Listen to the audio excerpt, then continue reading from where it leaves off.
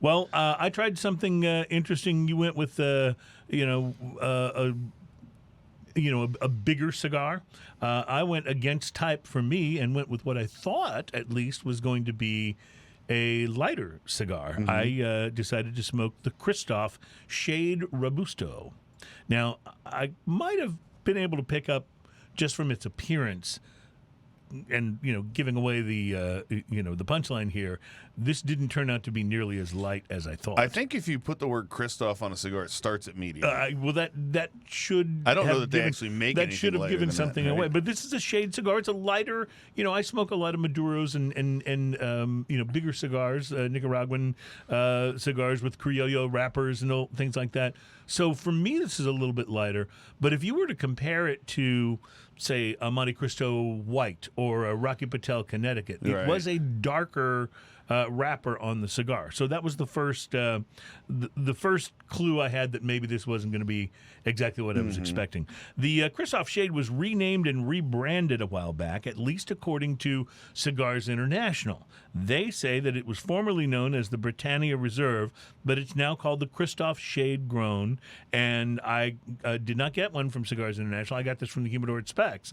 So anyway, the wrapper is darker than you'd expect for Connecticut Shade, but it is using a Connecticut Shade wrapper that's grown in Honduras. Even though it's a little bit darker, it is a Connecticut Shade wrapper. And the Shade Grown Robusto features a Dominican binder and aged Nicaraguan and Dominican filler tobacco. Pre-light on it was earthy, notes of vanilla and some spice. And it also had a pigtail cap, which you can see in the photos. But I did the same thing as you. We're clipped like pigtail twinsies today. It did have a shaggy foot. Those always take a moment or two longer to get lit properly, but it lit up just fine. It always messes me up when you have a shaggy foot or a closed foot. It's hard to tell what the draw is going to be. Well, exactly. That's right. And you're trying to detect the flavors on the pre-light draw, and nothing's coming through. It can make that a little harder. There was a little bit of black pepper on the palate when I lit this up, but not a lot. It was definitely not the Nicaraguan pepper blast. No Nicaraguan pepper blast. In the first third, there really wasn't a single dominant flavor that took charge. It had flavor, but there wasn't one thing in there that kind of stood out among all of it. It had earthiness, it had dried fruit, and it had a little bit of a creamy flavor, which you might expect from a Connecticut Shade wrapped cigar. The most important thing, though, to note here is if you are looking for a milder Connecticut Shade type cigar, this is not it. So don't use this as your intro to lighter cigars.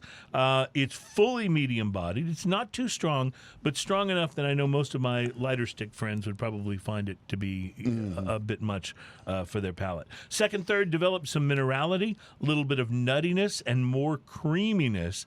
The construction was pretty decent on it, although at about 3/4 of an inch long, the ash mistook my little Bluetooth keyboard for Ian's shirt and went diving for it. And so I had to stop and clean up the mess. And then when I went back to the cigar, I noticed it was starting to leave a little bit of a black pepper tingle on my tongue, which I really like that when cigars do that. Pepper developed into the most prominent note by the final third. I vacillated between being happy about that because of the flavor and being a little disappointed at finding it just a tiny bit of harshness. Not a lot, but a little. The Shade Robusto, a very rustic cigar. It is definitely not the prettiest girl at the dance. How should I say this?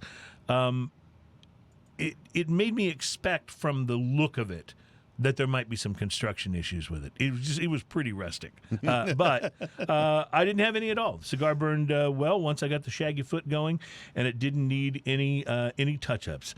I enjoyed the Kristoff Shade Robusto, but if I'd been expecting a really lighter, Monte Cristo white type cigar, it would have really thrown me off. Overall, I liked it, had fun smoking it, and I would recommend it for people who like medium-bodied cigars, for sure. It was a little longer than a lot of Robustos, and that was nice. Smoking time was just a little under an hour. At $8, I'm going to take a half point away for that little bit of harshness. It's just, if it were $6, I probably wouldn't penalize it. But at $8, I'm now comparing it to some of my Some sort of your of absolute go-to go-tos, yeah. cigars, and I'm going to give it a 4.5.